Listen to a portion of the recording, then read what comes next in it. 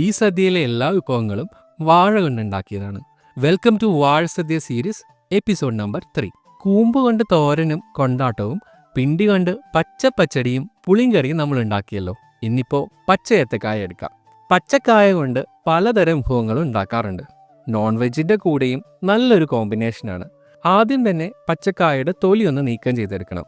ഇത് കളയണ്ട കേട്ടോ, ധാരാളം പോഷകങ്ങൾ ഇതിൽ അടങ്ങിയിട്ടുണ്ട്. എണ്ണ ചൂടാക്കി ഉലുവയും കടുകും പൊട്ടിച്ച് അരിഞ്ഞു വെച്ച കായയുടെ തൊലിയും മഞ്ഞൾപ്പൊടിയും കറിവേപ്പിലയും ചേർത്ത് ഒന്ന് വഴറ്റിയെടുക്കുക. ഇനി മുളക് പൊടി ചേർത്ത് പച്ചമണം മാറിക്കഴിഞ്ഞാൽ പുളി പിഴിഞ്ഞൊഴിച്ച് നന്നായി തിളപ്പിച്ചെടുക്കണം. ഇനി ഇതിലേക്ക് മധുരത്തിന് ആവശ്യമായ ശർക്കര ചേർത്ത് കൊടുക്കണം. അവസാനം പാകത്തിന് ഉപ്പ് കൂടി ചേർത്ത് ഒന്ന് കുറുക്കി വറ്റിച്ചെടുത്താൽ തൊട്ടുകൂട്ടാൻ റെഡി. ഇനി തൊലി നീക്കം ചെയ്ത കായ നെടുകനെയും കുറുകിനെയും മുറിച്ചെടുത്ത് ചട്ടിയിലാക്കി മുങ്ങിക്കിടക്കാൻ പാകത്തിന് വെള്ളവും മഞ്ഞൾപ്പൊടിയും ഉപ്പും പച്ചമുളകും ചേർത്ത് വേവിക്കാൻ വെക്കാം. ഈ സമയം കൊണ്ട് 1 കപ്പ് തേങ്ങയിലേക്ക് 1/2 ടീസ്പൂൺ ചെറിയ ജീരകം ചേർത്ത് ഒന്ന് അരച്ചെടുക്കണം. നന്നായി വെന്ത കായയിലേക്ക് തേങ്ങാക്കൂട്ട് ചേർത്ത് പാകം ചെയ്തെടുക്കണം.